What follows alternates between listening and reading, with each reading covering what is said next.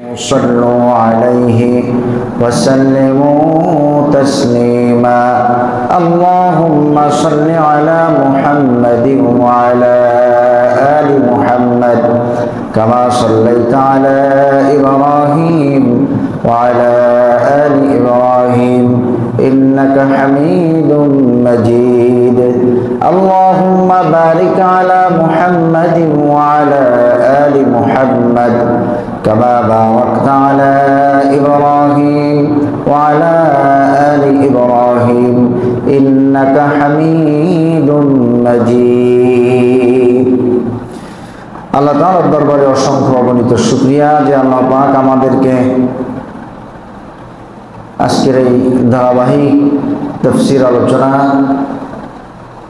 আল্লাহ তাআলার ঘর পৃথিবীর সবচেয়ে মর্যাদাপূর্ণ জায়গা এখানে আল্লাহ পাক আমাদেরকে এই আলোচনা করা এবং শোনার মতো সুযোগ করে দিয়েছেন, তৌফিক দান করেছেন, আমাদের প্রতি রহম করেছেন। এজন্য আমরা শুকরিয়া আদায় করছি, আলহামদুলিল্লাহ। সম্মানিত হাজিরিন, আমাদের আজকের আলোচনা সূরাতুল কাউসার। সূরার নাম কি? কাউসার। এটা কোরআনে কারীমের সবচেয়ে বড় সাইজের সূরা। বোঝেন নাই মনে হয়? সবচেয়ে একেবারে খুবই ছোট আকারের দিক দিয়ে কোরআনের একটা শব্দকেও ছোট বলার সুযোগ নাই, কারণ এর এক একটা শব্দ এক একটা মহাসাগর জ্ঞানের। এজন্য আকৃতির দিক দিয়ে কোরআনে কারীমের সবচেয়ে ছোট সূরাটি আজকে আমাদের আলোচনা। তো আমরা আসুন শুরুতে বিগত সপ্তাহগুলির ন্যায় সূরাটি একসাথে একটু তেলাওয়াত করি, তারপরে অনুবাদ করে এরপর আলোচনা করব ইনশাআল্লাহ। আউযু বিল্লাহি মিনাশ শাইতানির রাজীম। বিসমিল্লাহির রাহমানির রাহিম। ইন্না আ'তাইনাকাল কাউসার ফাসাল্লি লিরাব্বিকা ওয়ানহার ইন্না শানিআকা হুয়াল আবতার। সাদাকাল্লাহুল আযীম। ইন্না আ'তাইনাকাল কাউসার। ও নবী, নিঃসন্দেহে নিশ্চয়ই অবশ্যই আমি আপনাকে কাউসার দান করেছি। সুতরাং আপনি আপনার রবের জন্য সালাত আদায় করুন এবং কোরবানি করুন। নিঃসন্দেহে যারা আপনাকে শেকড় কাটা বলেছে, শত্রুতা করেছে, তারাই নির্বংশ এবং শেকড় কাটা হয়ে যাবে। এটা হলো সাবলীল অনুবাদ। আসুন এবার এই সূরাটির আলোকে আমরা ভিতরে কি আছে, ঘটনাটা কি, সে ব্যাপারে কিছু কথা শুনবো ইনশাআল্লাহ। এই সূরাটি নাজিল হয়েছিল রাসূল করিম সাল্লাল্লাহু আলাইহি ওয়াসাল্লামের সর্বশেষ পুত্র সন্তানটি যখন ইন্তেকাল করল। এই ইন্তেকালের পরে মক্কার মুশরিকেরা, কাফেরেরা একটা বুদ্ধি খুঁজে পেল। বুদ্ধিটা হলো, যারা ইসলাম গ্রহণ করেছে, সাহাবার মর্যাদা লাভ করেছে, রাসূলের সাহাবী যারা, তাদেরকে বুঝাইতে লাগলো, বলতে লাগলো যে ইন্না মুহাম্মাদান আবদান লা ইবনা লাহু মাকামাহু বাদা। যে মুহাম্মদ তো তার একটাও ছেলে সন্তান বেঁচে নাই, যারা হয়েছিল তা মারা গেছে, এখন সে তো নির্বংশ হয়ে গেল, শিকড় কাটা হয়ে গেল। নাউযু বিল্লাহ। লা ইবনা লাহু, তার তো কোনো ছেলে সন্তান নাই। ইয়াকুমা মাকামাহু বাদা, যারা তার মৃত্যুর পরে সে যে কোরআনের প্রচার করতেছে, এই জায়গায় দায়িত্ব নিয়ে বাবার রেখে যাওয়া দায়িত্ব যে পালন করবে, এরকম একটা ছেলে সন্তান তো তার নাই। তো সুতরাং তোমরা খালি তার পিছনে ঘুরো না, এটা কিন্তু সে মরা পর্যন্ত, সে মরলে এই বিধিবিধান, এই কোরআন এই পর্যন্তই শেষ হয়ে যাবে। ওনার পরে আর কেউ এই কাম করার মতো আর কেউ নাই। অর্থাৎ গতানুগতিক বংশ পরম্পরায় যেমন সবকিছু চলে, ওদের ধারণাটাও ছিল যে এটাও ঠিক, কোরআনটাও ঠিক একই কায়দায়। তো তার যেহেতু ছেলে সন্তান নাই, তাহলে তারপরে এই দায়িত্ব কে পালন করবে? এই কথাটা তারা খুব জোরালোভাবে প্রচার শুরু করলো। বিশেষ করে আস ইবনে ওয়াইল নামক একজন ব্যক্তি, এই লোকটা দায়িত্ব নিল যে এই কথা আমি একেবারে সব জায়গায় প্রচার করে দিয়ে আসব, সবাইকে এটা বোঝাইলে আমরা সফল হব। সে যখন এটা প্রচার করতে লাগলো, মানুষের মুখে মুখে এই কথাটি আলোচনা হতে লাগলো, কথাটি ইতিমধ্যে রাসূল করিম সাল্লাল্লাহু আলাইহি সাল্লামের কানে চলে আসছে। তো তিনি খুব ব্যথিত হলেন, মনক্ষুণ্ণ হলেন, কষ্ট পাইলেন যে একে তো ছেলে সন্তান মারা গেল, এটা পিতা হিসেবে একটা কষ্ট বা দুঃখ থাকাটাই স্বাভাবিক। পুত্র সন্তান ইন্তেকালের পরে নবীজি যখন কাঁদতেছিলেন, চোখ দিয়ে পানি পড়তেছিল, হাউমাউ করে চিল্লাই পাল্লাই কাঁদেন নাই, চোখ দিয়ে পানি পড়তেছে। সাহাবায়ে কেরাম জিজ্ঞেস করলেন, ইয়া রাসূলুল্লাহ, আপনিও কাঁদেন? আল্লাহ নবী বললেন যে সন্তানের মায়া এটা তো আমারও আছে, তাই কাঁদতেছি।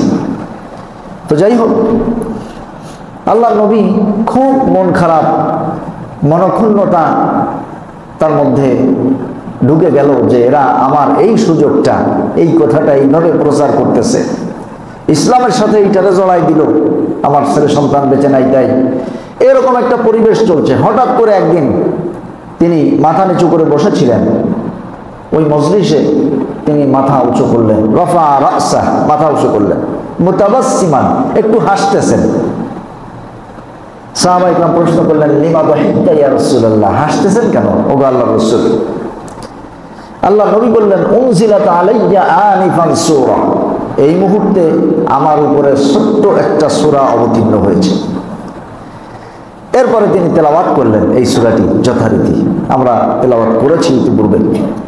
যথারীতি তিনি সূরা কাউসার তেলাওয়াত করে শোনালেন। ভাইরা আমার, রাসূলের উপরে সূরাটি নাজিল হলো, তার সন্তান, ছেলে সন্তান ইন্তেকাল করেছে, এইটা নিয়ে কাফেররা অপপ্রচার চালাচ্ছে, সেই কারণে। তো আল্লাহ তাআলা তো আয়াত নাজিল করে বলতে পারতেন যে নবী, সন্তান মারা গেছে, ছেলে সন্তান, তাতে কি হয়েছে, আমি আরো 15-20টা ছেলে সন্তান তোমারে দেবানি, টেনশনের কিছু নাই। এরকম একটা আয়াত আসার মানে আমাদের বিবেকে যেটা বলে আর কি, ছেলে মারা যাওয়ার কথাটাকে তারা আঘাত হিসেবে ব্যবহার করতেছে, তো চিন্তা নাই, আমি আরো 10টা ছেলে তোমারে দিব, সেরকম কিছু আল্লাহ পাক বললেন না। আল্লাহ বললেন, ইন্না আতাইনাকাল কাউসার, আমি তোমারে কাউসার দিছি। কি আজব কথা, মারা গেল ছেলে, দিলেন কাউসার। এখন কাউসার নিয়ে ছেলে মারার ব্যথা বা এই অপপ্রচারের ব্যথা কিভাবে ঘোচাতেন?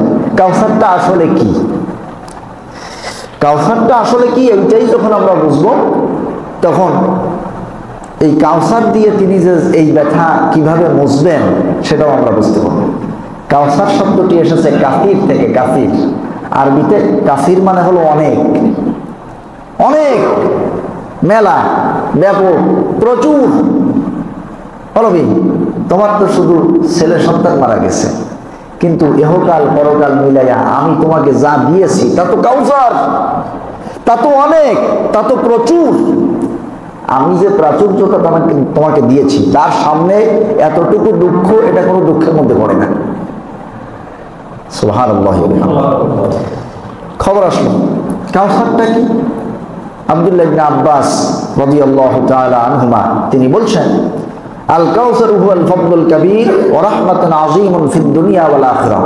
দুনিয়া এবং আখিরাতে উভয় জায়গায় আল্লাহ তাআলার অফুরন্ত করুণা, অফুরন্ত দয়া পাওয়ার নাম হলো কাউসার। সুবহানাল্লাহ। তাহলে কাউসার মানে আমরা জানি যে হাউজে কাউসারের একটা ব্যাপার আছে, সেই পানি নবীজি পান করাবেন, যদি আমরা সৌভাগ্যবান হতে পারি আমরাও হয়তো পান করবো ইনশাআল্লাহ, আশা রাখি।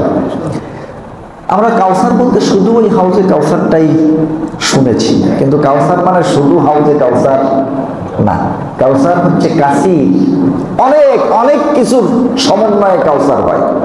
সেই অনেক কিছু আমরা শুনবো। তবে রাসূল করিম সাল্লাল্লাহু আলাইহি ওয়াসাল্লামের ব্যাপারে যারা এই অপপ্রচার চালাচ্ছিল, এইরকম এক শ্রেণীর গঙ্গা মানুষ, মূর্খ মানুষ যুগে যুগে আসবে, থাকবে। এই জন্য পৃথিবীর মানুষকে মৌলিকভাবে আল্লাহ তাআলা দুই ভাগে ভাগ করে আমাদের সামনে পেশ করলেন। মাসালুল ফারিকাইনি কাল আ'মা ওয়াল আসাম্মি ওয়াল বাসীরি ওয়াস সামি', হাল ইয়াস্তাওয়ায়ানি মাসালা। আল্লাহ তাআলা বলছেন যে দুইটা শ্রেণীর মানুষের পরিচয় দিলাম, দৃষ্টান্ত দিলাম।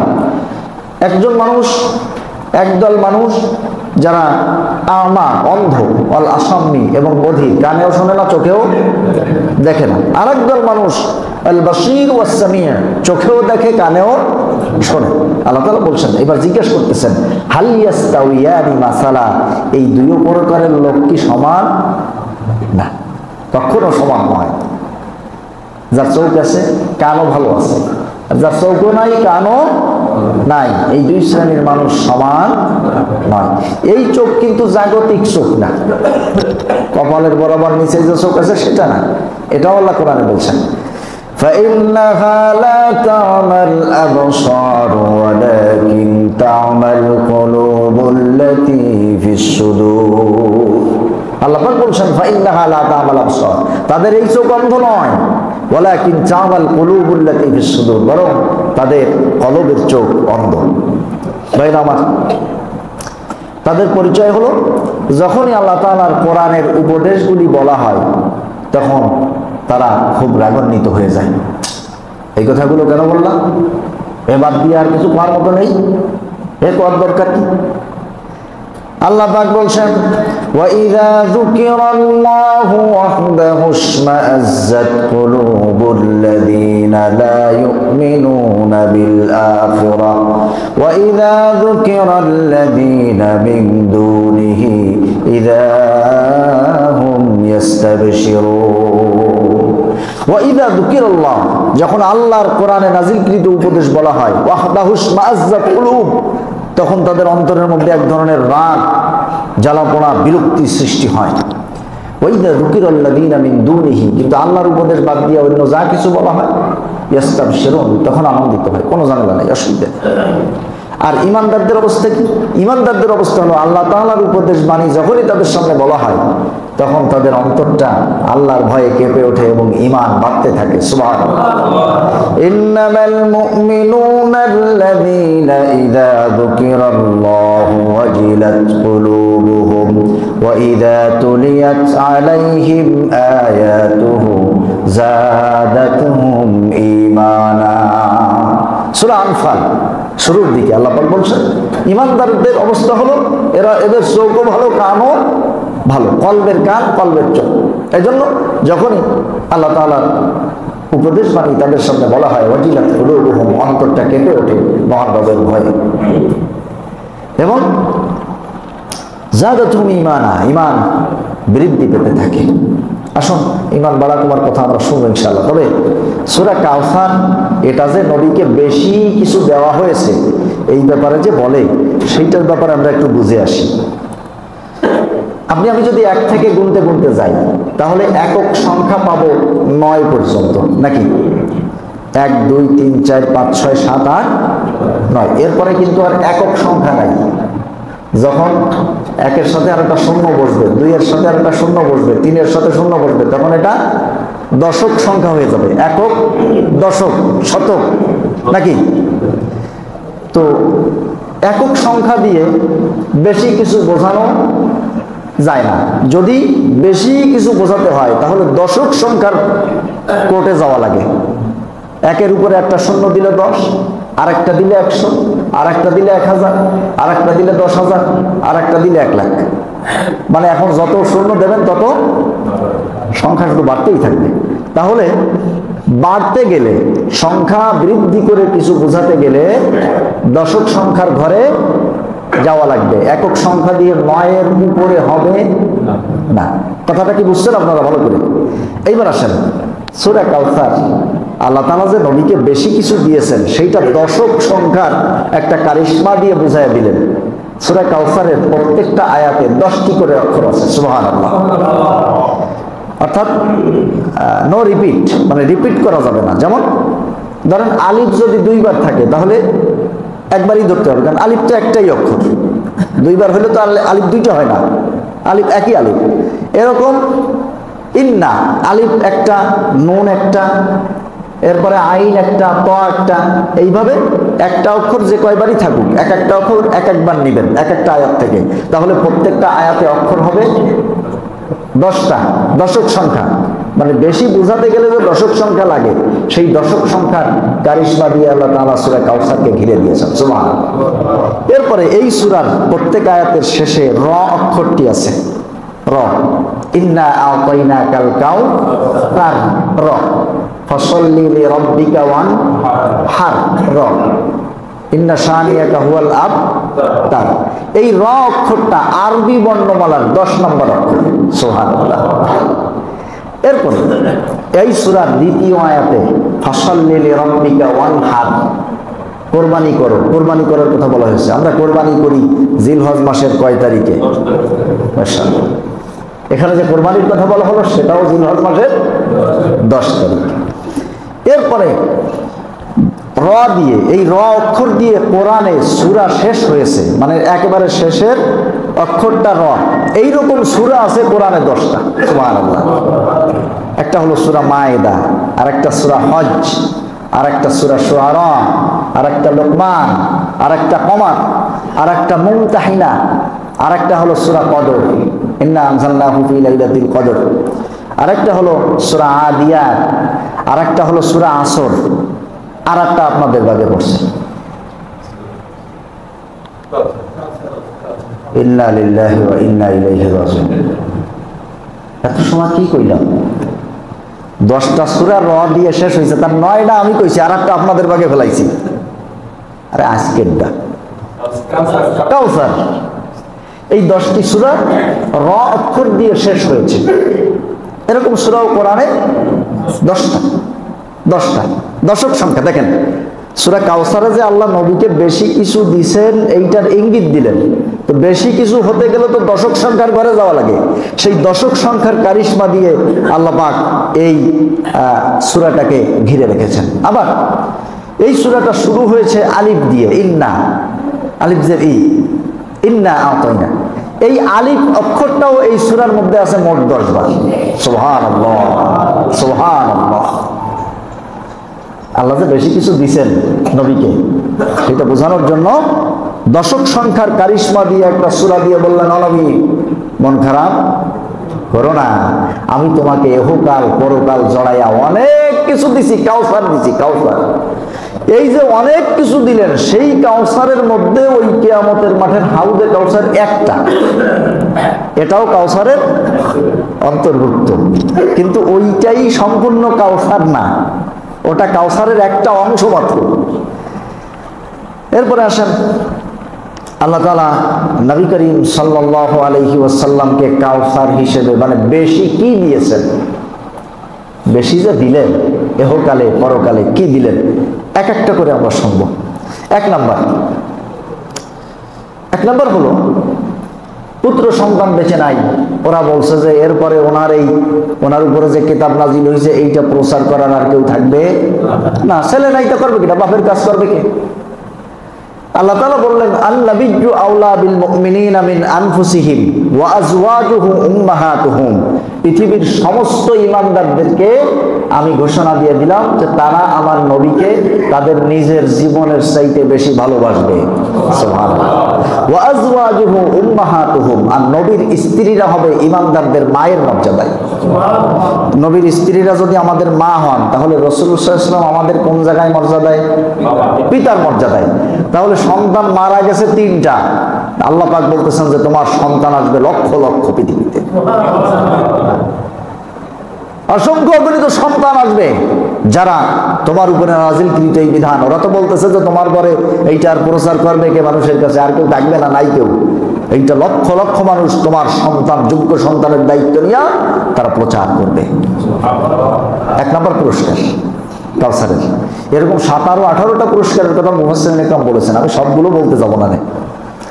এরপরে আসেন আল্লাহ তাআলা তাকে যে বেশি কিছু দিয়েছেন তার মধ্যে আরেকটা হলো নবুয়ত, রিসালাত দিয়েছেন। সুবহানাল্লাহ।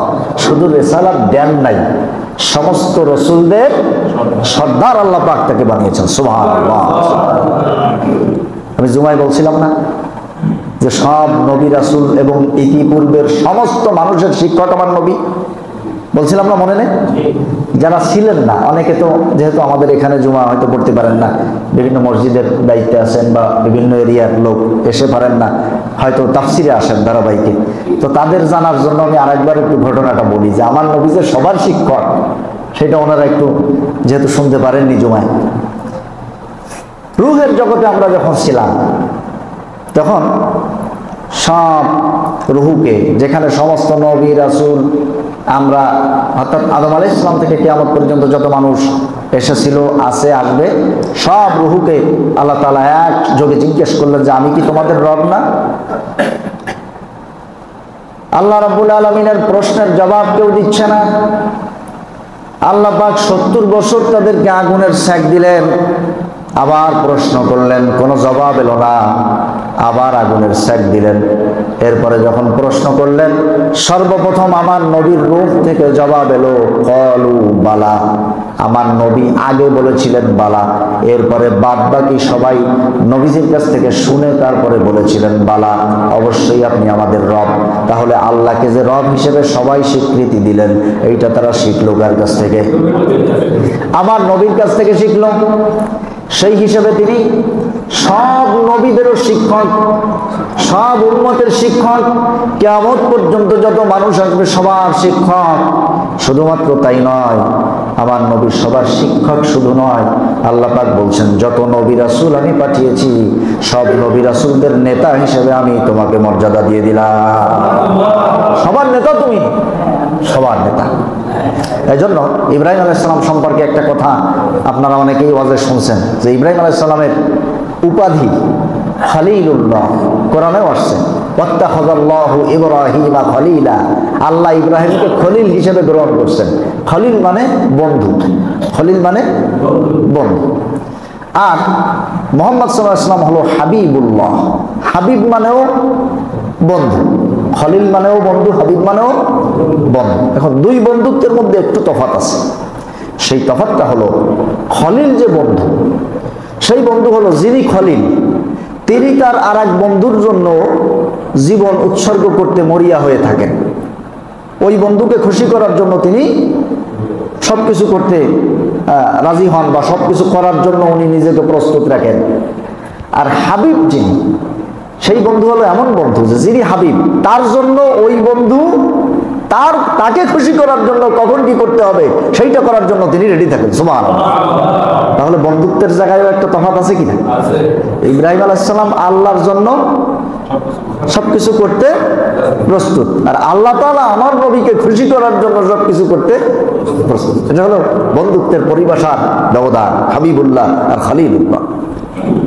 তাহলে এই ক্ষেত্রেও আমার নবী বেশি পেয়েছেন, কাউসার পেয়েছেন, কাউসার কাসীর অনেক পেয়েছেন। এরপরে আসেন, নবুয়ত শুধু দেন নাই, এমন একটি কিতাব তাকে দিয়েছেন যে কিতাবটি তার পূর্বে যত কিতাব নাজিল হয়েছে সমস্ত কিতাবের মধ্যে এই কিতাবটি হচ্ছে শ্রেষ্ঠ কিতাব। সুবহানাল্লাহ। এবং এর ধারাবাহিকতার মর্যাদা কত! অন্যান্য নবীদেরকে কিতাব দিয়েছেন একবারে। মুসা আলাইহিস সালামকে আল্লাহ তাওরাত দিলেন পাথরের তক্তায় লিখিত অবস্থায়, পাথরের তক্তা একসাথে দিয়ে দিলেন। কোরআনে আসছে ওয়া কাতাবনা লাহু ফিল আলওয়াহ। লাউহুন মানে তক্তা, আলওয়াহ বহু বছর, পাথরের কয়েকটি তক্তায় লিখিত অবস্থায় তাওরাত একবারে দিয়ে দিলেন। কোরআন কি একবারে আসছে? সুদীর্ঘ 23 বছর ধরে সময়ের প্রয়োজনে ধারাবাহিকভাবে আস্তে আস্তে সুবিন্যস্ত আকারে অবতীর্ণ হয়েছে। সুবহানাল্লাহ। এ কোরআন এমন একটি মর্যাদাপূর্ণ কিতাব যেটা পূর্বেকার কোন নবীর কিতাব এখন পর্যন্ত অক্ষত অবস্থায় পৃথিবীতে নাই। কিন্তু কোরআনে কারীম 1450 বছরের বেশি হয়ে গেল, আজও পর্যন্ত সেই অক্ষত অবস্থায় আছে, একটা অক্ষর এখান থেকে এদিক ওদিক হয় নাই। সুবহানাল্লাহ। এই কিতাবের মর্যাদা কত! আল্লাহ তাআলা বললেন যে এটা নাজিলও করছি আমি, হেফাজতও করব আমি। অন্য কোনো কিতাবের ব্যাপারে এমন কথা বলেননি। ইন্না নাহনু নাযালনা যিকরা ওয়া ইন্না লাহু লাহাফিজুন। কোরআন নাজিল করেছি আমি, সংরক্ষণ করব আমি। কেমন সংরক্ষণ করলেন? সম্ভবত 2009 সালে, খুব সম্ভব, আমার যতদূর তারিখটা মনে পড়ছে, তুরস্কে একটি ফেয়ারওয়েল অনুষ্ঠান হলো। আর্মি অফিসারদের যারা রিটায়ার্ড করেছেন, এই রিটায়ার্ড পার্সনদের ফেয়ারওয়েল অনুষ্ঠান। তুরস্কে সাগরের মধ্যে একটি রেস্টুরেন্ট ছিল, 5 স্টার হোটেল ডায়মন্ড। এই ডায়মন্ডে যেহেতু সাগরের মধ্যে একটা রেস্টুরেন্ট, মানে একটা আলাদা সৌন্দর্য। পানির মধ্যে যদি একটা বিল্ডিং করা হয় তার সৌন্দর্য একটু অন্যরকম, আরো সাগরের মধ্যে। তো সেখানে এই আয়োজনটা করা হলো। আয়োজক যারা ছিল ওখানে টোটাল একজন মাত্র আর্মি অফিসার, তিনি ছিলেন মুসলিম, বাকি সব বিধর্মী। এরা ওইখানে মদ নিয়ে আসলো, নর্তকী নিয়ে আসলো, উলঙ্গ মেয়ে লোক নিয়ে আসলো। আনার পরে ওখানে যখন এই অনুষ্ঠান শুরু হবে তার আগে ওই মুসলিম যে অফিসার, তাকে বলছে যে একটা কোরআন নিয়ে আসো। উনি তখন ভয়ে কেঁপে উঠছেন যে এত বড় নিকৃষ্ট অনুষ্ঠানে কোরআন আনবো। এখন অফিসারের অর্ডার, উনি ভয়ে ভয়ে একটা কোরআন নিয়ে আসছে। আসার পরে বলতেছে যে কোন সূরা হিজরের কোন জায়গায়, যদি কোরআনের কোন জায়গায় আছে যে কোরআন যিনি নাজিল করছে সে হেফাজত করবে, এই আয়াত আছে, কোন জায়গায় বের করবে। উনি তখন সূরা হিজরের এই আয়াতটি বের করে তার সামনে দিলেন। দেওয়ার সাথে সাথে ওই পৃষ্ঠাটা টান দিয়ে ছিঁড়ে ওই উলঙ্গ মেয়ে লোকদের পায়ের নিচে ফেলাইয়া বলতেছে যে কেমন পারে সে কোরআন হেফাজত করুক। নাউযুবিল্লাহি মিন যালিক। এই কথা বলার সঙ্গে সঙ্গে এই দৃশ্য দেখে ওই যে মুসলিম যে অফিসার, উনি আল্লাহু আকবার বলে চিৎকার করে দৌড় দিয়েছেন। ওনার মনের মধ্যে ধারণা হয়েছে যে আমি এখান থেকে সরে যাওয়ার সুযোগ পাবো না, তার আগেই গজব চলে আসবে। মুহূর্তের মধ্যে বিকট একটি আওয়াজ হলো। আমাদের বাংলাদেশের একজন সাংবাদিক ছিলেন তখন তুরস্কে, যিনি বিবিসির সংবাদ সংগ্রহ করেন। বিবিসি একটা সংবাদ চ্যানেল আছে না, বিবিসির সংবাদ সংগ্রহ করেন। আমার মনে হয় সে সাংবাদিক এখনো বেঁচে আছে, যতদূর ধারণা, আমি তার এন্তেকালের খবর এখনো পাই নাই। তো ইনি তখন ওখানে ছিলেন, ওই হোটেল ডায়মন্ডের সাগরের পাশে একটা হোটেলেই তিনি ছিলেন, সাংবাদিক প্রতিনিধি হিসেবে ওখানে গিয়েছিলাম তুরস্ক। মুহূর্তের মধ্যে একটা বিকট আওয়াজ হলো। আওয়াজটা এত বিশাল আওয়াজ হলো যে তুরস্কের আশেপাশের কয়েক অঞ্চলের মানুষ একটা বিকট আওয়াজ টের পেল। ওই সাগরের পাশে যারা হোটেলে ছিল কেউ জানালা খুলে সাগরের দিকে তাকাইলো, আর কেউ দৌড়াইয়া নিচে নেমে আসলো যে কি হচ্ছে। তাদের বর্ণনা, যারা দেখছে এই সাংবাদিক, তার বর্ণনা আমার শোনা এবং পত্রপত্রিকায় তখন লেখা হয়েছিল। যারা তখন এই আওয়াজ শুনে বের হয়ে আসলো আর তাকালো, তারা দেখলো যে সাগরের মধ্যে সেই হোটেল ডায়মন্ড আর দেখা যাচ্ছে না, কিন্তু বিশাল আগুনের কুণ্ডলী দাউ দাউ করে জ্বলছে। শেষ, মুহূর্তের মধ্যে সব শেষ। সংরক্ষণ করতে পারেন কিনা? পারেন কিনা? করেছেন কিনা? করেছেন। এটা হলো কোরআন।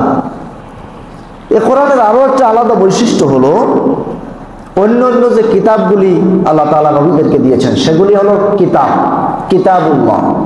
কিতাব বলতে আরবিতে কিতাব বলা হয় কোনো লিখিত বস্তুকে, কোনো লিখিত বস্তু আল্লাহ লেখা অবস্থায় পাঠাইছেন। ফেরেশতাদেরকে অর্ডার করছেন, এইটা এইটা লেখো, এই বিধান লেখো, লেখা হয়েছে, যাও আমার অমুক নবীকে এই কিতাব দিয়ে আসো। আর এইটা হলো কালামুল্লাহ। আল্লাহ তাআলা স্বয়ং এই কথাগুলি, কোরআনের প্রত্যেকটা কথা নিজের জবানে উচ্চারণ করে করে নাজিল করেছেন। সুবহানাল্লাহ। সেগুলি হলো কিতাবুল্লাহ, এটা হলো কালামুল্লাহ, আল্লাহর কথা। এমন একটি শ্রেষ্ঠ কিতাব আল্লাহ পাক তার নবীকে দিলেন, এটাও কাউসারের অন্তর্ভুক্ত। শুধু নবী বানান নাই, শ্রেষ্ঠ নবী বানালেন, শ্রেষ্ঠ আসমানি কিতাব দিলেন। কোরআনের বৈশিষ্ট্য আলোচনা করতে গেলে আমরা আলোচনা শেষ করে পারবো না। আসুন আর একটু সামনের দিকে যাই। এরপরে বলতে যা দিলেন, মানে বেশি যেটা দিলেন, সেইটা হলো তাকফিফুস শারায়া, অর্থাৎ তার শরীয়তটা, যে শরীয়তটা আল্লাহ নবী করিম সাল্লাল্লাহু আলাইহি সাল্লামকে দিয়েছেন, ইসলামী শরীয়ত, এটাকে তাকফিফ করে দিলেন, সহজ করে দিলেন। সুবহানাল্লাহ। এই জন্য আল্লাহ তাআলা ওযুর বিধান যে আয়াতে নাজিল করেছেন, সেখানে ওযু তায়াম্মুমের কথা বলার পরে আল্লাহ তাআলা বলছেন, মা ইউরিদুল্লাহু লিয়াজআলা আলাইকুম মিন হারাজ ওয়ালাকিন ইউরিদু লিতাহহিরাকুম। আল্লাহ চান না কোনো বিধান তোমাদের জন্য কঠিন হয়ে যাক, পালন করা দুঃসাধ্য হয়ে যাক। আল্লাহ চান তোমরা পবিত্র হও। এই জন্য পানি যদি না পাও, ফালাম তাজিদু মাআন ফাতায়াম্মামু সাঈদান তাইয়্যিবা, পানি পাও নাই, পবিত্র মাটি দিয়া তায়াম্মুম করো। সুবহানাল্লাহ, সহজ করে দিলেন। এরকম প্রতিটি বিধান সহজ করেছেন। আমি আপনাদেরকে অল্প একটু বলতে চাই যে পূর্বেকার শরিয়াতে এমন কি কি কঠিন বিধান ছিল যা আমাদের শরিয়াতে নাই। কেমন সহজ আল্লাহ করে দিলেন নবীকে, কেমন কাউসার দিলেন। কথা বুঝতেছেন কিনা? বেশি কি দিয়েছেন, কাউসার কি দিয়েছেন, আমরা কিন্তু সেটা আলোচনা করতেছি। কাউসার আল্লাহ পাক দিলেন, আর কোরআনে কারিমে জানায় দিলেন, আলিফ লাম মিম সাদ কিতাবুন উনজিলা ইলাইকা ফালা ইয়াকুন ফি সাদরিকা হারাজ فلا يكن في صدرك حرج منه لتنذر به وذكرى للمؤمنين। নবী, কিতাবুন আনজালনাহু ইলাইক, তোমার কাছে এমন একটি কিতাব নাজিল করলাম, ফালা ইয়াকুন ফি সাদরিকা হারাজ, এই কিতাবের কারণে তোমার অন্তরের মধ্যে যেন কোনো কাঠিন্যতা অনুভব না হয়। এর মধ্যে কঠিন কিছু নাই। লিতুনযিরা বিহি ওয়া যিকরা লিল মুমিনিন, তুমি পৃথিবীর মানুষকে সতর্ক করবে আর মুমিনদেরকে এই কিতাবের উপদেশ দিবে, শোনাবে।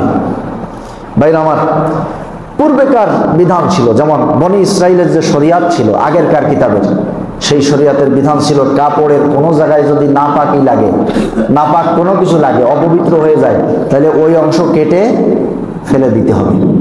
আচ্ছা বলেন তো, এই বিধানটা কঠিন না সহজ?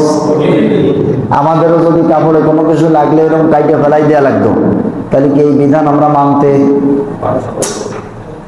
এত টাকা খরচ করে একটা জামা বানালাম, এলে কাইটে ফেলা দিব, কোনো কথা? এটা কথা বলেন। আমাদেরকে সহজ করে কি দিলেন? কাউসার দিলেন, বেশি দিলেন।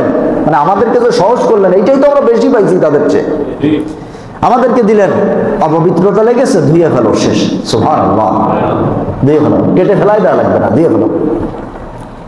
তবে আমাদের সমাজের কিছু ভাইদের একটা ভুল ধারণা আছে, আমি দেখছি অনেক জায়গায় লক্ষ্য করছি, সামনে পড়ছে, শুধরাই দেওয়ার চেষ্টা করছি। সেটা হলো যে লুঙ্গিতে নাপাক লাগছে এক জায়গায়, নামাজ পড়তে আসার আগে এক কোণা একটু ধুয়ে ফেলে। এইখানে ধুইলেন কেন? এই জায়গায় সমস্যা কি? মানে যে জায়গাটা ধুইলেন ও জায়গায় কি হয়েছে? নাপাকি তো আর এক জায়গায়, মানে বোঝেন না, অত খুলে মিলে পাওয়া যায় নাকি? মানে প্রসাব করার পরে কুলুপ করার সময় পাইনি, আর নাপাকি তো সীমানার বাহিরে। আপনি ধুইলেন নিচের দিকে, একটু ধুইয়ে দেখি যে নামাজ পড়তে আসে, ঘটনা কি? আপনি এখানে ধুইলেন কেন? নাপাকি যে জায়গায় ধুইলেন আর এক জায়গায়, এখানে ধুয়ে লাভ কি? কাপড়টা নাপাক তো, তাই তো ধুইছি, এরকম কোনো সুযোগ নাই। যেখানে নাপাকি সেখানে ধুইতে হবে। তবে সহজটা কি? আগের শরিয়াতে নাপাকি লাগলে কেটে ফেলাই দেওয়া লাগতো, আমাদের শরিয়াতে কেটে ফেলাই দেওয়া লাগবে না। আগের শরিয়াতের একটা বিধান ছিল, কেউ যদি রোজা রাখা অবস্থায় ভুলে খাবার খেয়ে ফেলতো, ভুলে, মনে নাই, রোজা রাখছে, খেয়াল নাই, খাবার খেয়ে ফেলছে, তাদের মাসআলা ছিল ওই ব্যক্তি ওই দিন ইফতারি পর্যন্ত তো কিছু খেতেই পারবে না, এবং পরের দিনও তাকে রোজা রাখা লাগবে। অর্থাৎ এই রোজাটা আবার পরের দিন রাখা লাগবে। আচ্ছা, আমাদের শরিয়াতে কেউ যদি ভুলে এক প্লেট বিরিয়ানিও খেয়ে ফেলায়, কি হবে? যখন মনে করছে আর খেতে পারবে না, শেষ, ওখান থেকেই সে ইফতার পর্যন্ত না খেয়ে থাকবে, এর জন্য তার আর একটা রোজা রাখা লাগবে না, ওই রোজাটাই তার আল্লাহর কাছে রোজা হিসেবে গ্রহণযোগ্য হয়ে যাবে। সুবহানাল্লাহ, সহজ করছেন কিনা? তাহলে বেশি দিয়েছেন, কাউসার দিয়েছেন। পূর্বেকার শরিয়াতের আর একটি বিধান ছিল, কেউ যদি মারাত্মক শরিয়াত বিরোধী কোনো কাজ করতো, তার তওবা, তাকে হত্যা করে ফেলতে হবে। এটা হলো তওবা। আস্তাগফিরুল্লাহ পড়ে বাঁচার কোনো সুযোগ নাই, হত্যা করতে হবে। এজন্য মুসা আলাইহিস সালাম যখন তাওরাত কিতাব আনতে গেলেন 40 দিনের জন্য, প্রথম আল্লাহ ডাকলেন 30 রাত, এরপরে যাওয়ার পরে আল্লাহ আরো 10 রাত বাড়াই দিলেন, আর 42 লাইলা কোরআনে আসছে। 30 রাতের কথাও আসছে, 40 রাতের কথাও আসছে, দুটোই আসছে। এই যে 40 রাত তিনি অবস্থান করলেন, তাওরাত কিতাব নিলেন, কিতাব নিয়া রওনা হলেন। এই সময়টুকু তিনি ভাইকে দায়িত্ব দিয়ে গেলেন যে উম্মতকে তুমি দেখাশোনা করে রাখবা, এরা যেন বিপথে না যায়। হযরত মূসা আলাইহিস সালাম বনি ইসরাইলের কয়েকজন গুরুত্বপূর্ণ ব্যক্তিকে সঙ্গে করে নিয়ে তাওরাত কিতাব আনার জন্য 40 রাত যখন তিনি তুর পাহাড়ের কাছে গিয়ে অবস্থান করলেন, এমত অবস্থায় সামেরী নামক একজন ব্যক্তি একটা গরুর বাছুর তৈরি করলো স্বর্ণ দিয়া। এই স্বর্ণ দিয়া গরুর বাছুর বানায়া এমন একটা কারুকাজের মধ্যে করলো, ওই বাছুরের ভিতর, শরীরের ভিতর দিয়া পো পো করে বাঁশির মতো আওয়াজ হয়। আর এইটা দেখে মানুষের অবাক হয়ে গেল যে এই বাছুরের মধ্যে আওয়াজ হয় কেন? তাহলে এর মধ্যে না জানি কি ফজিলাত আছে। এর মধ্যে যেহেতু আওয়াজ হইতেছে স্বর্ণ দিয়ে বানানো, তাহলে এর মধ্যে যেন কি একটা ফজিলাত আছে। এইবার ওই গরুর বাছুরকে সেজদা দেওয়া শুরু করলো, বাছুর পূজা শুরু করে দিল মানুষ। নাউযুবিল্লাহ। হযরত মূসা আলাইহিস সালাম তাওরাত কিতাব নিয়ে নিজের এলাকায় ফিরে আসার পরে যখন তিনি দেখলেন এক ঝাঁক মানুষ সামেরীর গরুর বাছুর পূজা করতেছে, মূসা আলাইহিস সালামের মাথা গরম হয়ে গেল। একটু রাগী ছিলেন তিনি। ভাই চুল আর দাড়ি একসঙ্গে ধরে বসলেন। চুল আর দাড়ি বললেন যে তোমারে কি দায়িত্ব দিয়ে গেছি আর তুমি করলা কি? তখন তার ভাই বললেন, লা তাখুয বিলিহিয়াতি ওয়ালা বিরাসি ইন্নী খাশিতু আন তাকুলা ফাররাকতা বাইনা বনি ইসরাঈল। লা তাখুয বিলিহিয়াতি, আমার দাড়ি ধরো না, দাড়ি ছাড়ো। ওয়ালা বিরাসি, চুল ছাড়ো। আমি কইতেছি ঝামেলাটা কি হয়েছে? আমি আশঙ্কা করতেছিলাম যে আমি যদি এই পূজার বাছুর পূজা থেকে বাধা দিতে যাই, ইন্নী খাশিতু আন তাকুলা ফাররাকতা বাইনা বনি ইসরাঈল, তাহলে এই বনি ইসরাঈলদের মধ্যে একটা মারামারি, দ্বন্দ্ব তৈরি হবে, ভাগাভাগি হবে, দলাদলি হবে। তুমি এসে আমারে যে বলো কিনা যে ভাই তোমার দায়িত্ব দিয়ে গেছি, তুমি বনি ইসরাঈলদের মধ্যে এরকম দলাদলি বাঁধাইলা কেন? এই ভয়ে আমি কিছু বলি নাই, যে তুমি আসা পর্যন্ত এরা যা করে করুক, এক জায়গায় থাকুক, তারপরে তুমি কিতাব নিয়ে আসলে এদেরকে ঈমানের পথে ডাকা হবে। এই জন্য আমি ভয়তে কিছু কই নাই। তখন মূসা আলাইহিস সালাম বুঝলেন। এরপরে আয়াত নাজিল হলো, তাওরাতে বিধান নাজিল হলো। মূসা আলাইহিস সালাম তাওরাত যা নিয়ে আসছেন পড়ে দেখলেন যে আল্লাহ এখানে তওবার বিধান দিয়েছেন যে তাদেরকে হত্যা করতে হবে। তিনি এগুলিকে বেছে বেছে সব হত্যা করে ফেললেন। এটা ছিল তওবার বিধান। আমাদেরও যদি এই শরিয়াতে তওবার বিধান, ওই মারাত্মক অপরাধীকে হত্যা করা তওবার বিধান হইতো, কেউ তওবা করতে চাইতো? বলে যা হইছে হইছে, জাহান নামে যাই, ওটা আমি বুঝবা না, তওবা লাগবে না, তওবা লাগবে না। তাহলে আল্লাহ তাআলা আমাদের জন্য সহজ করলেন নাকি কঠিন করলেন? সুবহানাল্লাহ, সুবহানাল্লাহ। ইন্না আ'তাইনাকাল কাউসার, আমি তোমাকে বেশি দিছি, অন্যদেরকে এত বেশি দিয়েছিলাম না। বুঝতেছেন তো? কাসির, কাউসার বেশি দিছি। এরপরে অন্য অন্য শরিয়াতে ছিল ওযু ব্যতীত পবিত্রতা অর্জনের আর কোনো সুযোগ নাই। যে কোনো মূল্যে পানি পাও আর না পাও, যে কোনো ভাবে পানি ম্যানেজ করে ওযুই করতে হবে। আমাদেরকে আল্লাহ রাব্বুল আলামিন সেই বিধানটা এমন সহজ করে দিলেন। আল্লাহ পাক বললেন, লাম তাজিদু মাআন ফাতায়াম্মামু সাঈদান তাইয়্যিবা। এমন যদি হয় তুমি পানি পাচ্ছ না, অথবা এমন যদি হয় তোমার ওযুর যে অঙ্গগুলি আছে সেখানে পানি লাগালে এমন অসুস্থতা আছে, পানি লাগালে মারাত্মক ক্ষতি হবে, তাহলে ওয়াইন কুনতুম মারিদান আও আলা সাফার, অথবা সফরে আসো, অসুস্থ আছো অথবা সফরে আসো, পানি পাওয়া যাচ্ছে না, তাহলে এমত অবস্থায় পবিত্রতা অর্জনের জন্য ফাতায়াম্মামু সাঈদান তাইয়্যিবা, পবিত্র মাটির ধুলা দিয়া তায়াম্মুম করে ফেলো। বলেন সুবহানাল্লাহ। তাদের বিধান ছিল যে ওযু করা লাগবেই, ওযু করার বিকল্প কোনো সুযোগ নাই। আর আমাদের বিধান পানি পাও নাই, দুশ্চিন্তার কিছু নেই। বলে হুজুর আমি বিমানে উঠতেছি, বিমানেও পানি নেই, শেষ, ধরেন শেষ, থাকে না এমন হয় না, তবে ধরেন শেষ। এখন মাটি পাবো কোনে? আপনার মাটি আলাদা করে খোঁজা লাগবে না, আপনি সাইডে যে কোনো এক জায়গায় তায়াম্মুম করে নেন। সহজ হলো না কঠিন হলো? সহজ। এরপরে তাদের শরিয়াতের আর একটা বিধান ছিল, ইবাদতের নির্দিষ্ট একটি ঘর, যেমন মসজিদ, এরকম নির্দিষ্ট জায়গায় ছাড়া ইবাদত করলে হবে না। আমাদের শরীর বিধান কি? গোটা জমিন আল্লাহ পাক আমাদের জন্য মসজিদ করে দিয়েছেন, সুবহানাল্লাহ। আপনি কোনো একটা জরুরতের কারণে, ঝামেলার কারণে মসজিদে পৌঁছাতে পারেন নাই, আপনি একটা বিলের মধ্যে আছেন, যেখানে আছেন ওখানে দাঁড়ায় যাবেন, ওই জমিন আপনার জন্য তাৎক্ষণিক জায়নামাজ, সুবহানাল্লাহ। কত সহজ। কাউসার দিলেন নাকি কম দিলেন? কাউসার বুঝতে হবে, কিন্তু আজকে কাউসার বুঝতে হবে যে কাউসারটা আল্লাহ কি দিছেন। আল্লাহ যে বেশি দিছেন কাউসার, এটা কি কি পরিমাণ বেশি দিছেন। সারা জীবন সেজদায় পড়ে থাকলেও এর এক একটা বিধান যে সহজ হয়েছে তার ঋণ শোধ করা যাবে না। আসুন, এরপরে তাদের শরীয়তের আরেকটি বিধান ছিল, যে পশুটা কোরবানি করা হবে সেই পশুটা পাহাড়ের উপরে রেখে আসতে হবে, একটা আগুন এসে পোড়ায়া দিবে, ওইটা পুড়ে ওইভাবেই শেষ হয়ে যাবে, ওটা খাওয়ার কোনো সুযোগ নাই। যদি আগুন এসে পুড়ে যায় তাহলে আপনি বুঝবেন যে আমার কোরবানি কবুল হয়েছে। আচ্ছা বলেন তো, আমাদেরও যদি এরকম বড় একটা গরু কষ্ট মষ্ট করে কিনে ওই পাহাড়ে থুই আসা লাগবে, আগুন এসে পুড়িয়ে যাবে, আর আমি বুঝবো যে কোরবানি কবুল হয়েছে, তাহলে আমরা মোটামুটি কোরবানির আগে পলান দিতাম আর কি। এত পয়সা খরচ করে এটা পশু কিনবো, তা পোড়াই ফেলাতে খাইতে পারবো না। কথা বলেন। তাদের বিধান ছিল, তোমার কোরবানির পশু পাহাড়ে রেখে আসো, এরপরে তুমি লক্ষ্য করো যে আসমান থেকে একটি আগুন এসে পোড়ায় ফেলছে কিনা। যদি পোড়ায় ফেলে তাহলে তুমি বুঝে নাও তোমার কোরবানি কবুল হয়ে গেছে, যদি না পোড়ায় তাহলে কবুল হয়নি।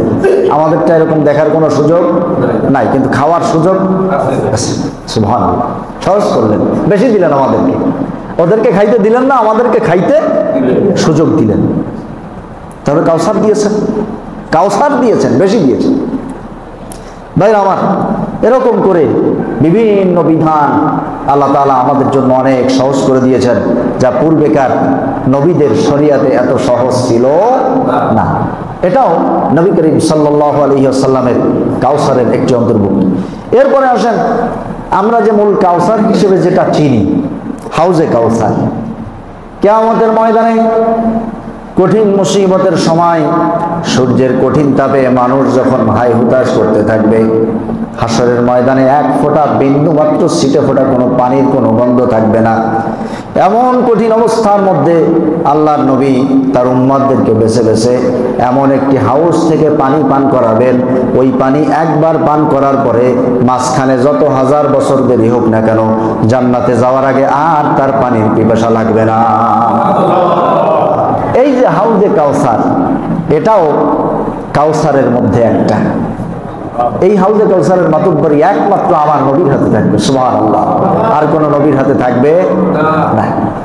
আল্লাহ পাক যে আমার নবীকে বেশি দিয়েছেন, কাউসার দিয়েছেন, তার মধ্যে আরেকটা হলো, কিয়ামতের ময়দানে কোন নবী আল্লাহর কাছে কোনো ব্যাপারে সুপারিশ করার সাহস করবে না, কিন্তু ওই দিন আমার নবী একমাত্র তিনি এই সাহস করবেন। আল্লাহ তাআলা একমাত্র তার জন্য এই সুযোগটা রাখবেন। বাকি সবার অবস্থা কি হবে? কিয়ামতের ময়দানে মানুষেরা ওই কঠিন রোদ্দুর মধ্যে দাঁড়ায় থাকতে থাকতে যখন আর তাদের ধৈর্য কুলাবে না, কষ্ট সহ্য করতে পারবে না, তখন তারা ইব্রাহিম আলাইহিস সালামের কাছে যাবে, গিয়ে বলবে যে আপনি একটু আল্লাহকে বলেন জান্নাত জাহান্নাম যা হয় হোক, এই জায়গায় আর দাঁড়াইতে পারতেছি না, তাড়াতাড়ি একটু বিচার করে একদিকে পাঠায় দিক। ইব্রাহিম আলাইহিস সালাম বলবেন যে আমি পারবো না। মুসার কাছে যাও, মুসার কাছে যাওয়া হলে তিনি বলবেন আমি পারবো না। ঈসার কাছে যাও, ঈসার কাছে যাওয়া হলে তিনি বলবেন আমি পারবো না। মুহাম্মদ সাল্লাল্লাহু আলাইহি ওয়াসাল্লামের কাছে যাও, আজকের এই দিনে একমাত্র তিনি ছাড়া আর কেউ আল্লাহর সামনে কথা বলার সাহস পাবে না। ইয়াউমা ইয়াকুমুর রূহু ওয়াল মালাইকাতু সাফফান লা ইয়াতাকাল্লামুনা ইল্লা মান আযিনা লাহুর রাহমানু ওয়া ক্বালা সাওয়াবা। ইয়াউমা ইয়াকুমুর রূহ, সেদিন জিবরাইল দাঁড়ায় থাকবে, ওয়াল মালাইকা, এবং ফেরেশতারা দাঁড়ায় থাকবে। লা ইয়াতাকাল্লামুনা ইল্লা মান আযিন, আল্লাহ পাকের অনুমতি ছাড়া কেউ কথা বলার সাহস পাবে না। ওয়াকালা সাওয়াবা, আর আল্লাহ যাকে কথা বলার সুযোগ দিবেন যতটুকু ন্যায়সঙ্গত যুক্তিসঙ্গত অতটুকুই সে বলতে পারবে। মানে সুযোগ দিলেই যে ইচ্ছা মতো বলবে এমন কোনো সাহস কারো থাকবে না। ওয়াজাআ রাব্বুকা ওয়াল মালাকু সাফফান সাফফা, কারণ আল্লাহ রাব্বুল আলামিন যখন কিয়ামতের এই বিচারের আসনে সমাসীন হবেন তখন তার আসার দৃশ্যটাই তো মারাত্মক ভয়ঙ্কর। আল্লাহ পাক সূরা ফাজরের মধ্যে বলছেন ওয়াজাআ রাব্বুকা, তোমার রব আসবেন, ওয়াল মালাকু সাফফান সাফফা, আর ফেরেশতারা দুই পাশে সারিবদ্ধ হয়ে দাঁড়ায় থাকবে। ফেরেশতারা দাঁড়িয়ে আছে, আল্লাহ তাআলা সেই সারির ভিতর থেকে আসবেন, এসে বিচারের ময়দানে সমাসীন হবেন, আসন গ্রহণ করবেন, মহান বিচারকের আসন, বিচার শুরু করবেন। এই দৃশ্য দেখে ভয়ে কেউ কথা বলতে পারবে না। একমাত্র আমার নবী, তিনি সেজদায় পড়ে কাঁদতে থাকবেন উম্মতের জন্য। আল্লাহ তাআলা বলবেন, নবী ইরফা রাসাক, মাথা উঠাও, আর কান্নার দরকার নেই, মাথা উঠাও। মাথা উঠাবে, যাও তুমি তোমার উম্মতের জন্য সুপারিশ করো। সুবহানাল্লাহ। এইটা আর কোন নবীকে এই সুযোগ দেওয়া হবে না। ইব্রাহিম আলাইহিস সালামের ব্যাপারে হাদিসে আসছে, ইব্রাহিম আলাইহিস সালাম তার পিতাকে দেখে চিনে ফেলবেন। তো চেনার পরে তিনি আল্লাহর কাছে বলবেন যে আল্লাহ, আমার আব্বারে একটু মাফ করা যায় কিনা। আল্লাহ তাআলা বলবেন, ইব্রাহিম তোমার পায়ের কাছে ওটা কি? বললে উনি দেখার জন্য পায়ের দিক তাকাবে, ইতোমধ্যে ওনার আব্বার চেহারা বিকৃতি করে আল্লাহ একটা পশুর আকৃতি বানাই দিবেন।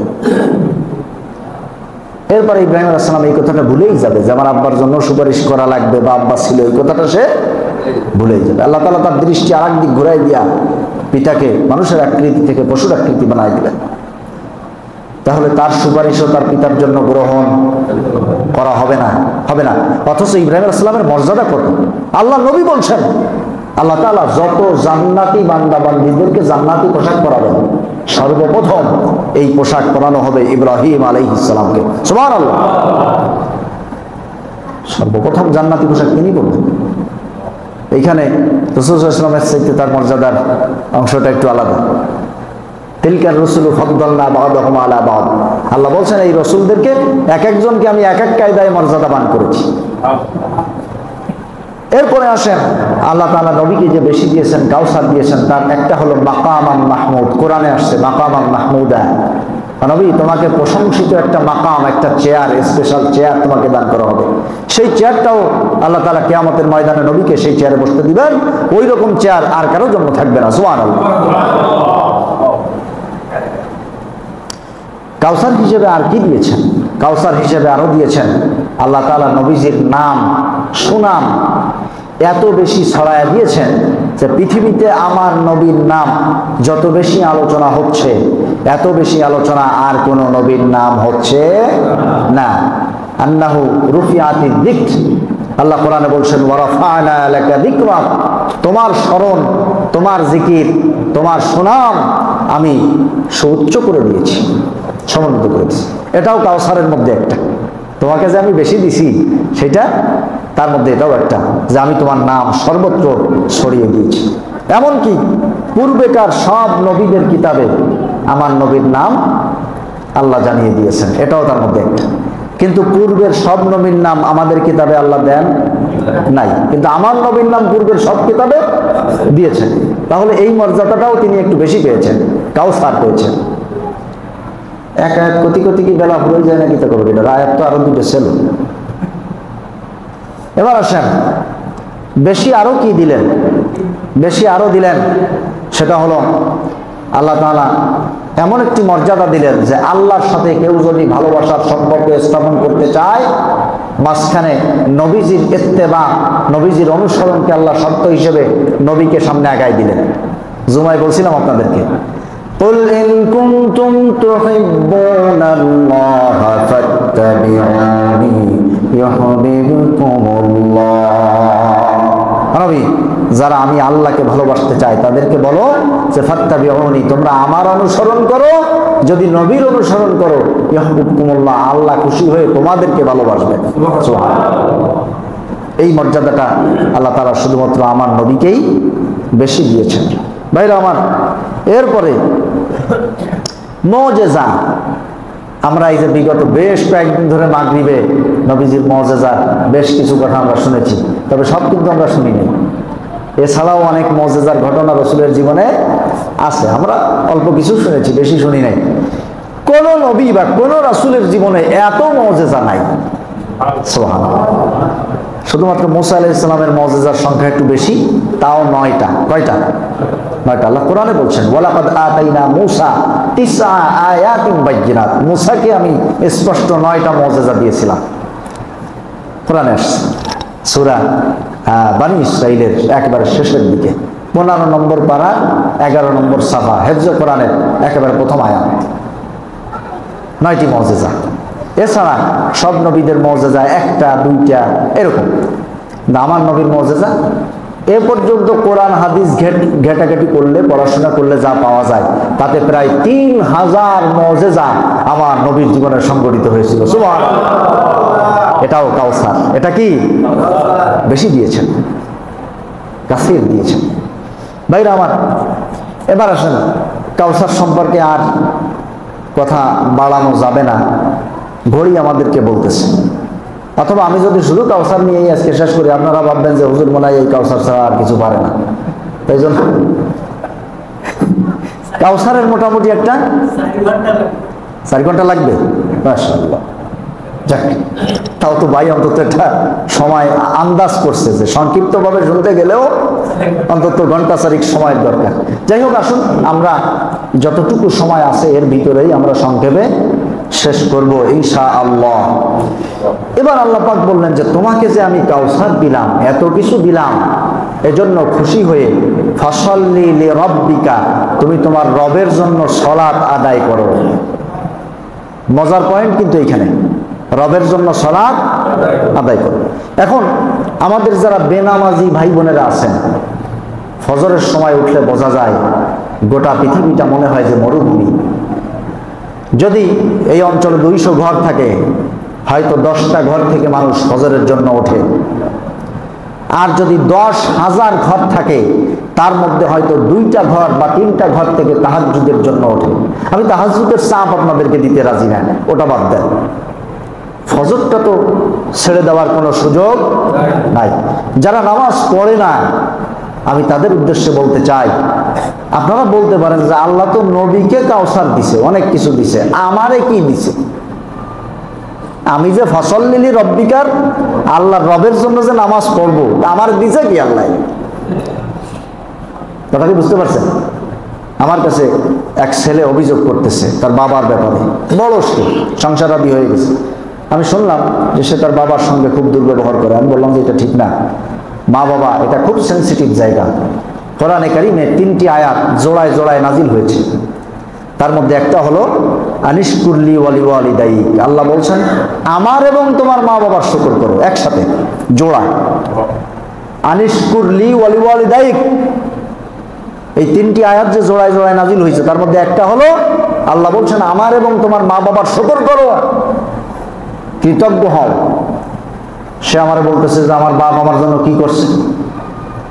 আমি বললাম যে এই বেটা, ছোটবেলায় তুমি যখন মায়ের গর্ভে আসছো বাচ্চা আকারে, এখনো জন্ম হয় নাই, তখন থেকে তোমার বাবা তোমাকে মাথায় বোঝা হিসেবে নিয়েছে। আমার সন্তানটাকে সুস্থ আছে কিনা, কোনো অসুবিধা, স্ত্রীর কোনো ক্ষতি হলে আমার সন্তানের ক্ষতি হয়ে যাবে, স্ত্রীর তদারকি করা, সন্তানটাকে নিয়ে চিন্তা ভাবনা করা, তোমার জন্মের সময় তোমার মাকে নিয়ে যে সন্তান বা স্ত্রী কারো ক্ষতি না হোক, সবাই যেন সুস্থভাবে থাকে। এরপরে জন্মগ্রহণ করার পরে তোমাকে লালন পালন করার জন্য তিনি তার কষ্টে অর্জিত পয়সা দিয়া তার সাধ্যের মধ্যে সে চেষ্টা করেছে। সব বাপ যে ছেলেরে আর একটা বড় একটা গাড়ি কিনে দিতে পারছে বিষয়টা এমন না, কিন্তু তার জন্য যে বাপ কিছু করে নাই এটা বলার সুযোগ নাই। প্রত্যেকটা বাপ যার যার সাধ্য অনুযায়ী, যার যার সামর্থ্য অনুযায়ী আপ্রাণ চেষ্টা করেছে সন্তানের মুখে হাসি ফোটানোর জন্য। আমি বললাম যে তুমি কি বললা, বাপ কি করছে? বাপ কি তোমাকে 10 তলা বাড়ি করে দিবে, 20 বিঘা জমি কিনে দিবে, এইটাই করা? যদি ছোটবেলায় তিনি বলতেন যে আমি এই সন্তান লালন পালন করবো না, এই এক জায়গায় আছাড় দিয়ে মারি ফেলাই, আজকে তুমি এই কথা বলার সুযোগ পেতে না। তুমি কিভাবে বলো বাপ কি করছে? সম্মানিত হাজিরিন, তবে মা বাবারও কিছু দায়িত্ব সন্তানের প্রতি আছে। আমরা যেন আবার খালি একেবারে সব দায়ভার সন্তানের গাড়ির ঘরে না দিই। হযরত ওমর রাদিয়াল্লাহু তাআলা আনহুর কাছে এক বাবা এসে নালিশ করছে যে আমার সন্তান আমার কোনো কথা শোনে না, আমার সাথে এই দুর্ব্যবহার করে। ওমর রাদিয়াল্লাহু তাআলা আনহু রেগে গেলেন, সাহাবাদেরকে পাঠাই দিলেন, যাও ওই ছেলেকে ধরে নিয়ে আসো। ধরে আনা হলো। হযরত ওমর রাগান্বিত বলে, এই ছেলে, কি তোমার বাবা নালিশ করলো কেন? সে বলতেছে যে মুসলিম জাহানের খলিফা, আপনার কাছে জানতে চাই যে শুধু কি সন্তানদের মা বাবার উপরে দায় দায়িত্ব আছে, নাকি মা বাবারও সন্তানের উপরে কিছু দায় দায়িত্ব আছে? তিনি বললেন যে মা বাবারও সন্তানের উপরে হক আছে। ছেলে জানতে চাইল কি কি হক আছে বলেন তো। হযরত ওমর বললেন, পিতার 1 নম্বর হক আইয়ান তাকিয়া উম্মাহু, এই সন্তানটাকে একটা ভালো মা উপহার দেওয়া। তার মানে এই বাবা একজন পুরুষ হিসেবে যৌবন প্রাপ্ত হওয়ার পরে যখন বিবাহ শাদী করবে, তখন সে যেন গাজীর গান আর যাত্রা প্যান্ডেল থেকে পছন্দ করে নিয়ে বাড়ি না আসে। কারণ সে যদি ওই জায়গাতেই নিয়ে আসে, তাহলে সে তো সন্তানরে, অনাগত দিনের যে সন্তান যারা আসবে তাদেরকে তো সে একটা ভালো মা উপহার দিল না। সে যেন একটু জাতপাত দেখে শুনে আনার চেষ্টা করে। এইটা হলো 1 নম্বর দায়িত্ব, ভালো মা উপহার দেওয়া।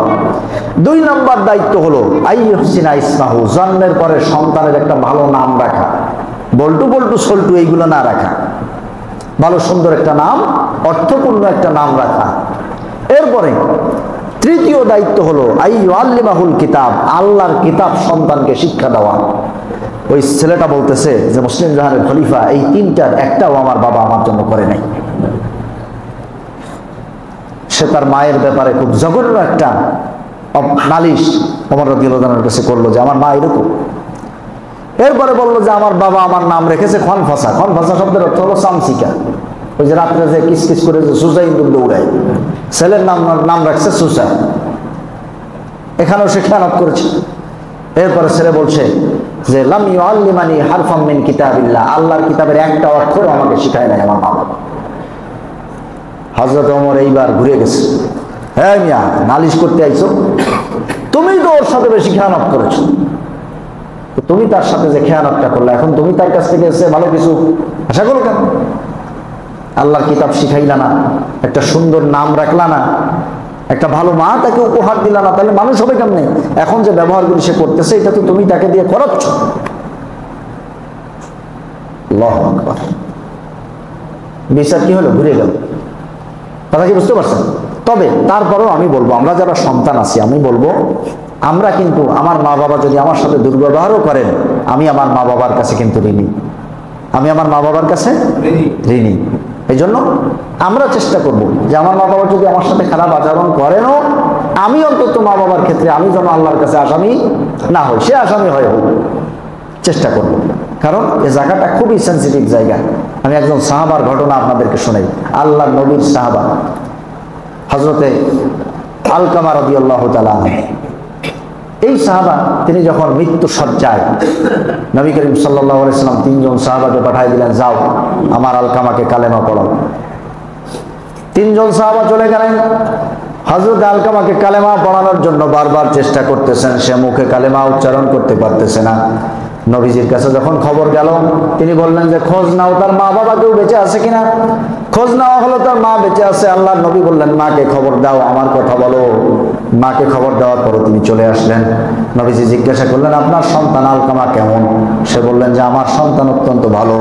আল্লাহর নবী বললেন, আপনি কি তার উপরে কোনো আচরণে কষ্ট পেয়েছেন নাকি? তার মা বলল, একদিন আমি তার একটা আচরণে একটু অসন্তুষ্ট হয়েছিলাম, তাই ছাড়া আর কোনো অভিযোগ নাই। আল্লাহ নবীর আর বুঝতে বাকি রইল না, মা অসন্তুষ্ট থাকার কারণে সে কালেমা পড়তে পারতেছে না। আল্লাহ নবীর একজন সাহাবা, খুব ভালো করে বুঝবেন এই কথাটা বলার উদ্দেশ্য কি। আমরা যেন কেউ ওই জায়গাটাতে ভুল করে, কারণ নবীজি এখন আমাদের মাঝে ঘটনাটা আমাদেরকে সতর্ক করে দিয়ে পরকালীন আযাব থেকে বাঁচার জন্য একটা সুযোগ করে দিচ্ছে। আল্লাহ নবী বললেন যে কাঠ নিয়ে আসো, আগুন ধরাইয়া আলকামাকে পোড়াই দিব। আলকামার মা বললো যে না, আমার সন্তানটাকে পোড়াবেন না। নবীজি বললেন, আপনি যদি ক্ষমা না করেন, তাহলে এই অবস্থায় মারা গেলে আল্লাহ তো তাকে জাহান্নামের আগুনে পোড়াবে, সেটা আপনি কেমনে সহ্য করবেন? এইটা তাকে বাস্তবে বোঝানোর জন্য নবীজি কাঠ আনতে বলছেন। তো তখন হযরত আলকামা রাদিয়াল্লাহু তাআলা আনহুর মা বললেন যে আমি ওই একদিনের একটু আঘাতে যা কষ্ট পাইছিলাম, আমি এই মুহূর্তে আমার সন্তানকে মাফ করে দিলাম।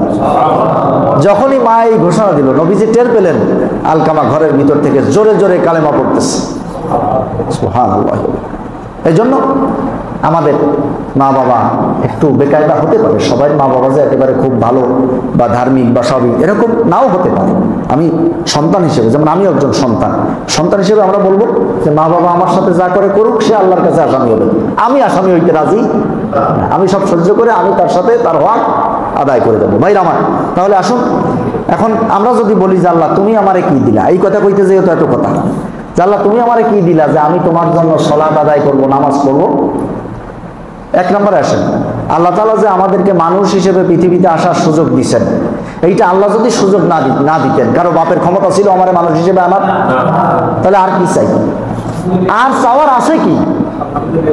এটাই তো আল্লাহ আমাকে কাউসার দিয়েছেন, যে আল্লাহ আমাকে একটা ছাগল বানান নাই, গরু বানান নাই, হাঁস বানান নাই, মুরগি বানান নাই, একটা ঘাস বানান নাই, একটা গাছ বানান নাই, আমাকে একটা আশরাফুল মাখলুকাত, সৃষ্টির শ্রেষ্ঠ জীব মানুষ বানিয়েছেন। এই তো আমি কাউসারের ভাগ পাইছি, সুবহানাল্লাহ। এই তো বেশি পাইছি। এরপরে শুধু মানুষই বানালেন না, একজন পূর্ণাঙ্গ দেহের অধিকারী বানালেন, পঙ্গু বিকলাঙ্গ বানালেন না, সুবহানাল্লাহ। এমন হতে পারত গোটা দেহটা সব স্বাভাবিক আছে, মস্তিষ্কটা খারাপ, জন্মগতভাবে আমি একজন পাগল হিসেবে পৃথিবীতে আসতাম, পৃথিবীর মানুষ আমাকে দেলোয়ার বলে না ডেকে পাগল বলে ডাকত, হতে পারতো না? এই যে তিনি আমাকে এমন কোন অপূর্ণতা দিয়েও পাঠালেন না, এটাও তো কাউসার, এটাও তো আল্লাহ তাআলা আমাকে বেশি কিছু দিলেন, তার মধ্যে একটা। এরপরে আমেরিকা, ব্রিটেন সহ যেসব অসভ্য দেশ আছে, সেই সব অসভ্য এমন কোন পরিবারে আমার জন্ম আল্লাহ গ্রহণ করার নাই, যাতে দেখা গেল যে আমি আমার জীবদ্দশায় কোনোদিন ইসলাম তারিকায় উঠেই বুঝতাম না। একটা মুসলিম পরিবারে জন্ম দিয়া, এই পরিবারে পাঠাইয়া জন্মগতভাবে আল্লাহ তাআলার পরিচয়, রাসূলের পরিচয়, কোরআনের পরিচয়, এগুলি জন্মগতভাবে পাওয়ার সুযোগ করে দিলেন। এটা তো আল্লাহ আমাকে অনেক দিয়েছেন, কাউসার দিয়েছেন, সুবহানাল্লাহ। আর কি দরকার? আর কি লাগবে? সব দিলেন। এখন এত কিছু যিনি দিলেন, এরপরে আমাদের দায়িত্ব কি? ফাসাল্লি লিরাব্বিকা, সেই রবের জন্য সালাত আদায় করতে হবে, নামাজ পড়তে হবে। যারা নামাজ আদায় করেন না, আমি আপনাদেরকে মাইকের আওয়াজ যতদূর যাচ্ছে আমি বিনয়ের সাথে বলতে চাই যে আল্লাহ এত কিছু দিলেন, এত কিছু দিলেন, আপনি আপনার জায়গা থেকে একটু চিন্তা করুন তো। যদি আপনি পঙ্গু হতেন, আজকে আপনি ব্যবসায়িক হন, চাকরিজীবী হন, যে অবস্থানে আছেন, এই অবস্থানটা কি আপনাকে গ্রহণ করত?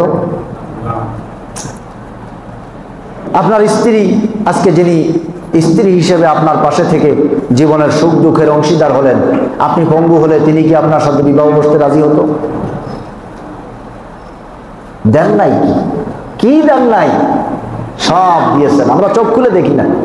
এই জন্য আপনাদেরকে বলি, যারা নামাজ আদায় করেন না, খবরদার খবরদার, সূরা কাউসারের এই প্রথম কাউসারটুকু চিন্তা করেন যে আল্লাহ আমাকে এত কিছু দিলেন, আর আমি আল্লাহর জন্য একটু নামাজ পড়বো না? ফাসাল্লি লিরাব্বিকা, রবের জন্য নামাজ পড়তে হবে। এইটা হলো বেনামাজিদের জন্য আমার নসিহা।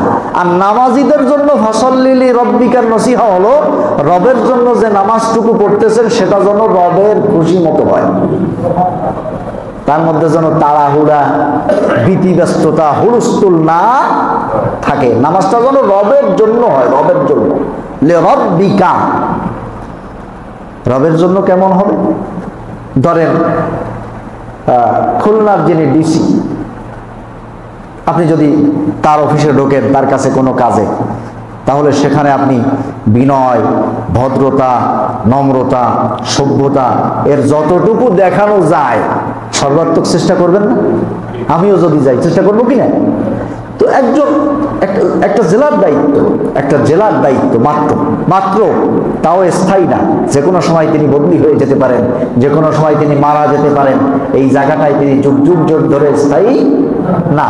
এই সীমিত সময়ের একজন দায়িত্বশীলকে যদি আমি এত সম্মান প্রদর্শন করি, তাহলে যিনি অনন্ত অনাদি সত্তা, যার কোনো শুরু শেষ নাই, যিনি সব কিছুর স্রষ্টা, সব কিছুর একচ্ছত্র মালিক, তার সামনে দাঁড়াইলে আমার কেমন ভালোবাসা ভক্তি পেশ করতে হবে। এই জন্য ফাসাল্লি লিরাব্বিকা, আমার সালাতটা যেন রবের সন্তুষ্টির জন্য হয়। এখন দেখেন লাভটা কি? রবের জন্য সন্তুষ্টি অর্জনের জন্য সালাত আদায় করতে হবে, ওয়ান হাত, এবং কোরবানি করতে হবে। কোরবান শব্দের কয়েকটি অর্থ আছে। একটা অর্থ হলো নিকটবর্তী হওয়া, আর একটা অর্থ হলো ত্যাগ করা। তো কোনো কিছুর নিকটবর্তী হতে গেলে কোনো না কোনো কিছুর থেকে কোনো না কোনো কিছু ত্যাগ করতে হয়। যেমন ধরেন আপনি ওই দেয়ালের কাছে আছেন, একেবারে দেয়ালের গায়ে, এখন আপনি ওখান থেকে এই মেহরাবের কাছে আসবেন, নিকটবর্তী হবেন।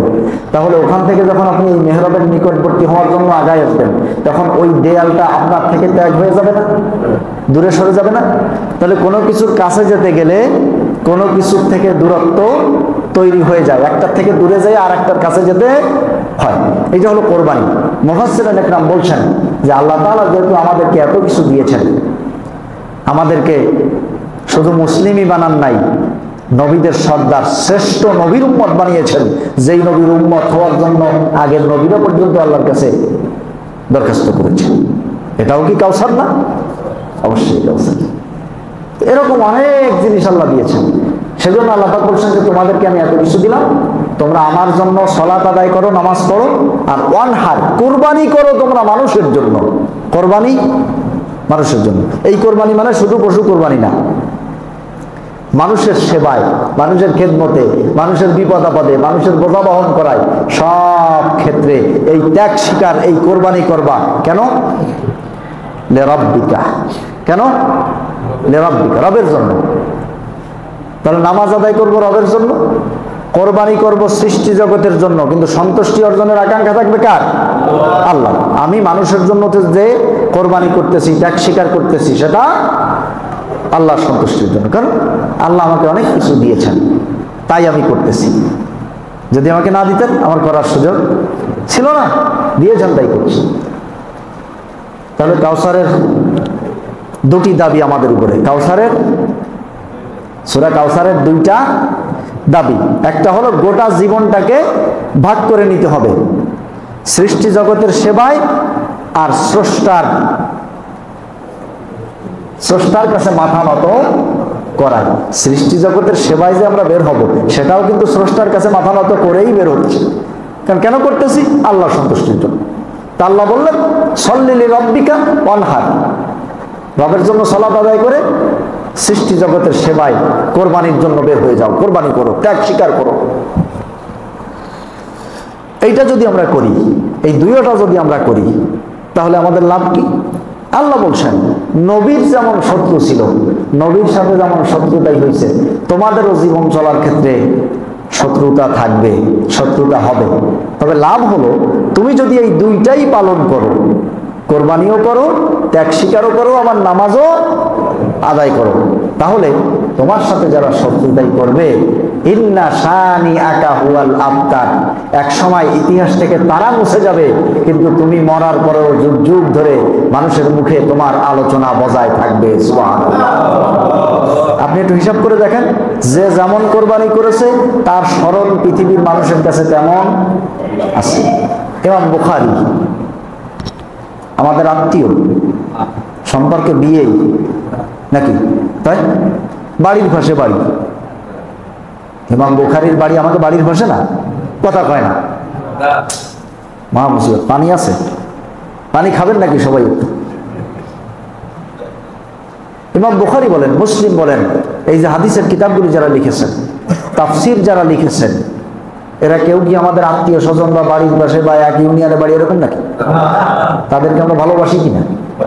কি পরিমাণ বাসি? কেন বাসি? তারা সূরা কাউসারের এই হক আদায় করেছে, সল্লি লিরাব্বিকা ওয়ানহার, কোরবানি করেছে সৃষ্টি জগতের জন্য। ইমাম বুখারীর যে কোরবানি, এত যাচাই বাছাই করে বুখারীর মতো একটা কিতাব তিনি গোটা বিশ্বের মানুষকে উপহার দিয়েছেন। এই কোরবানির এই কোরবানি আপনি কি দিয়ে ওজন করবেন? কি দিয়ে ওজন করবেন?